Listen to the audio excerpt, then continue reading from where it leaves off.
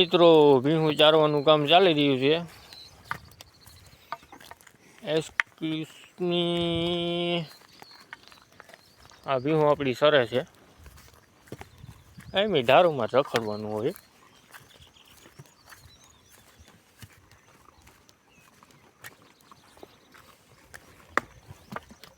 આમ બે વાસેડા સળે છે.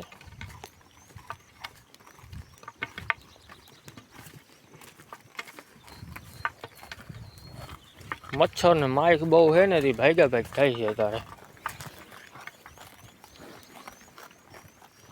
આ મેન ગોવા